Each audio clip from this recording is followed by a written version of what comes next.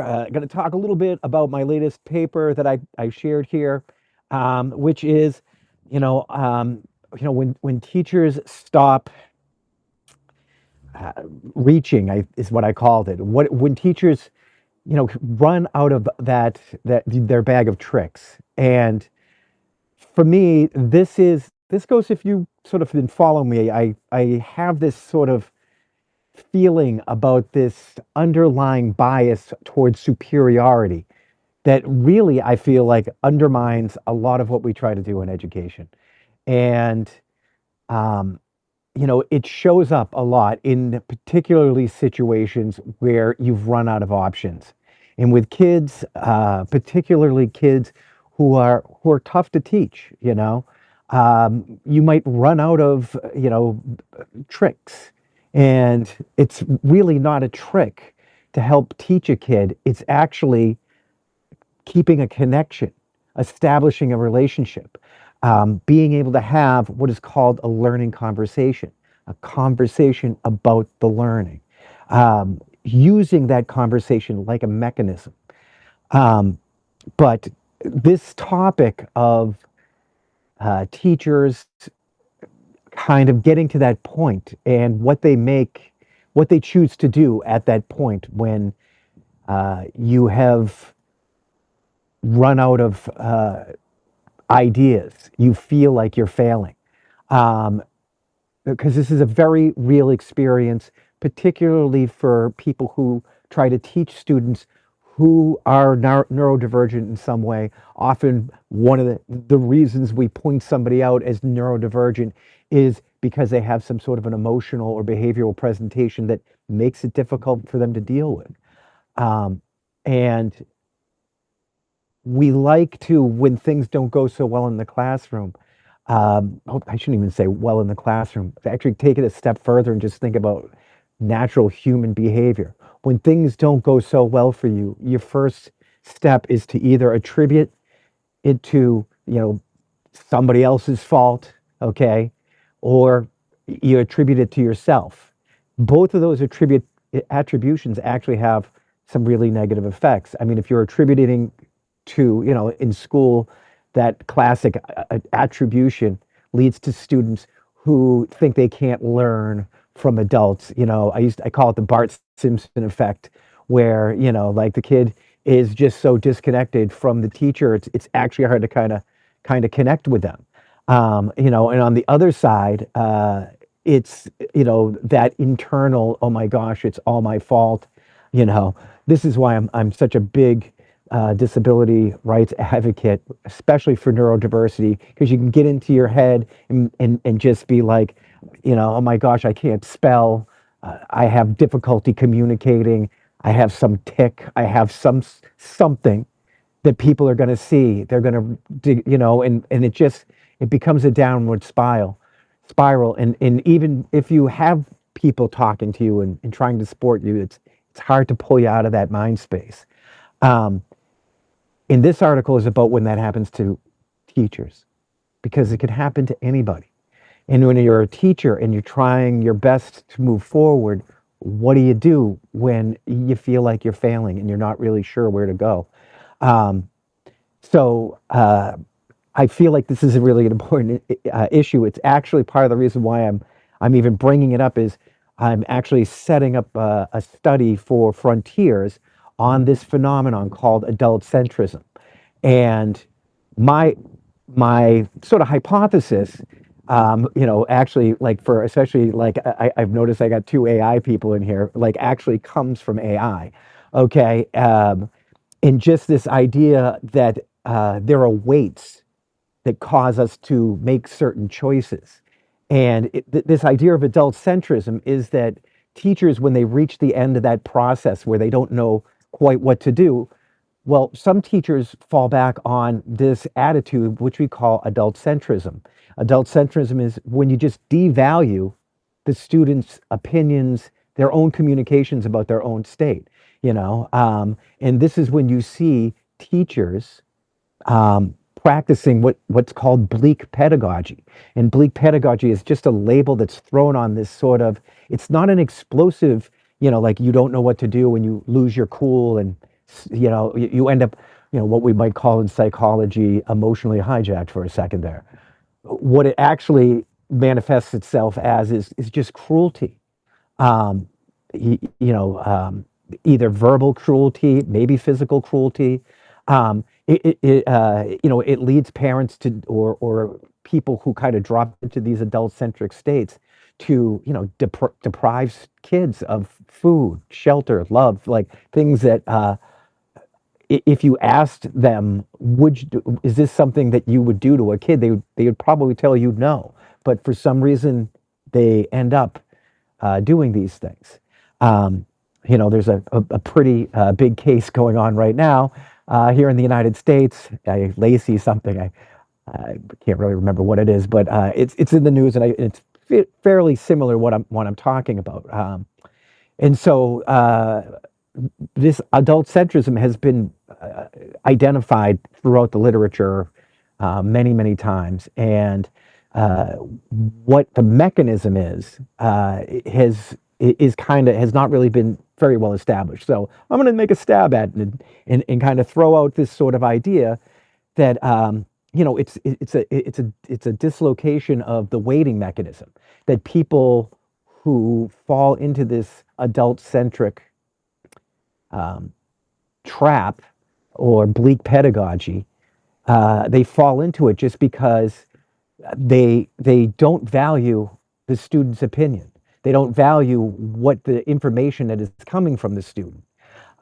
So when the student says that they can't do it or they don't understand, and they just, like, I can tell you even from my own personal experience as a dyslexic, coming back and having the teacher just tell you the same thing over and over again. And it's like, yes, you told it to me that way before. I didn't get it when you told it to me the first time, and this is like one of the things that I think actually makes me a better teacher than other people, is because at least when I find myself like giving the same explanation more than once, I start to say to myself, well, wait a second, maybe I'm not speaking this kid's language, try to sort of mix it up a little bit. But that, that adult centrism, I think, comes from just a sort of a devaluing of what the kid is actually sharing. Like you just, the way that we turn down the sound of a radiator in the room while we're talking with somebody kind of in our own mind, we turn down the uh, sensory data that's coming from a kid that we're trying to teach, because we've been trained in our curriculum and how we move forward, and here are the 7 questions that the kid is supposed to be asking, and he's not asking any 7 of these questions. Is it behavioral? Is it emotional? Are they being oppositional? How do I respond to this? um, and if you're, like, not observing the kid, okay, there is a really good chance that, like, you're just going to fall back on, this bleak pedagogy, which, devalues the student. But anyway, that is sort of where I am planning on heading, kind of in the future with this topic. And so I don't know if there were any. If there's any questions out there about my last piece, if anybody actually read that. Um, but thank you for coming. And I mean, if you have any other questions, feel free to ask. 'Cause the other thing I'm just going to jump into, if there are no questions, is what my next piece is going to be on, because I'm really excited about that. And I was hoping so bad that they would be jumping on here, but they're not here. Okay, but I've had a very weird winter. Okay, and I will talk a little bit more about it in my next piece, because I ended up breaking my ankle, and it sent me uh, into this whole research rabbit hole around therapeutic skateboarding. Because you may not know this about me, but I teach therapeutic skateboarding, or I have for many years. I actually, when I sort of stopped working in the middle school, because that's really where I was doing most of the work, I ran a thing called Skate Hole Dojo, where basically I'm taking this thing that I'm actually sharing with everybody, um, as the basis of this restorative education, movement, this idea that you can get a person to examine their problem solving process and really figure out their learning style by examining deeply how they solve problems. And so I basically took that model, which I call holistic problem solving, and I started Skate Hole Dojo, which is just a skating program that uses that model, but it applies it to skateboarding. So instead of talking about how to do, like, say, a math problem, I'm talking to a kid about how to do an ollie. And, one of the things that I always found was it was a great fold over to talk about the meta features of learning to a kid and say that you see how you got yourself to that point of doing an ollie.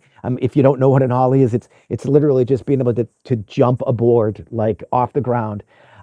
It's pretty tough. I know professionals make it look super easy, but nobody steps on a skateboard and is ever able to do it. It takes lots and lots of practice. And so you can take that difficulty and help the kids see, well, see, it's very similar to the difficulty you're having in math. And your fear of mathematics, it's like the fear of doing that ollie. You're afraid to fall down.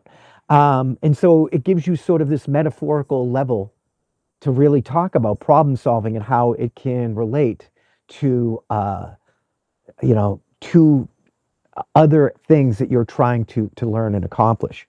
So I haven't been doing it in a while. I've been trying to get my PhD, get my research done, and I'm doing this thing on adult centrism, which has got me very, very excited. And I got this opportunity to present at uh, the Body Mind in Cognition conference in Cambridge. Okay, and they're looking for people who can talk on kind of that mind body relationship. And I am a big proponent of embodied cognition. I really feel like the whole thing, one type of sensory experience, it integrates with the others. Okay. And actually, that's sort of where you want to be. And so I started looking back and seeing what other people were doing in the therapeutic skateboarding literature, and I was blown away because I really wasn't expecting very much. It's very hard to do therapeutic skateboarding. And so I, I I came across this organization called Skatistan.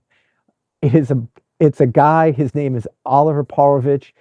He is from Australia, and he was spending time in Kabul, during the U.S. occupation there when they had sort of taken the place from the Taliban, and just was sort of hanging out on his skateboard. And people had never seen a skateboarder, they didn't know anything about it. Well, next thing you know, he's doing skateboarding with the kids. And then that just sort of grew into this program, which their motto is they come for the skateboarding and they stay for the education, which I just love. So it's basically he's got a building with a skate park in it and a bunch of school classrooms, and the kids skate and they go to school.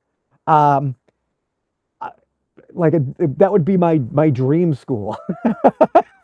um, so I was very, very, as soon as I read about this guy, I was like, I'm on the phone. I'm like, hello, hey, and amazingly, he responded to me right away. And so I did a great interview with him.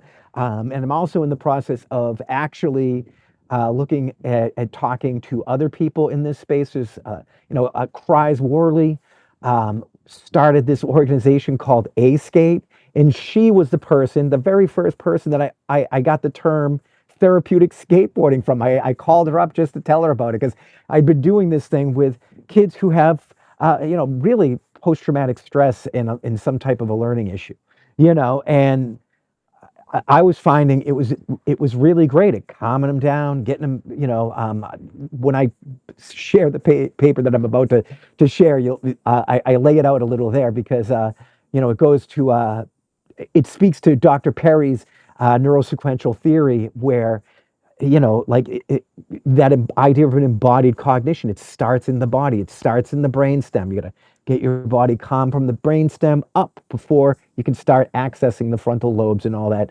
higher level thinking that's so wonderful.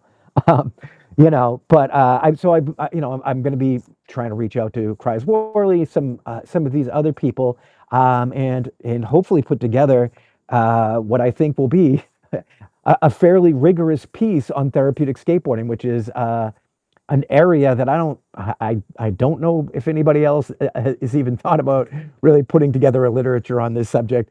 Who knows? Maybe this is the kiss of death for my career, but I'm very excited about it because I've been skating forever, and I can tell people that it's had real therapeutic value to me. I could tell you that has something to do with my ADHD because I am my energy level has always been um, a little bit more than other people's could it actually sometimes more than other people can handle. So so like the discovery of skateboarding for me was as profound as I don't know, like discovering that medication that actually suddenly helps clear up whatever your condition is.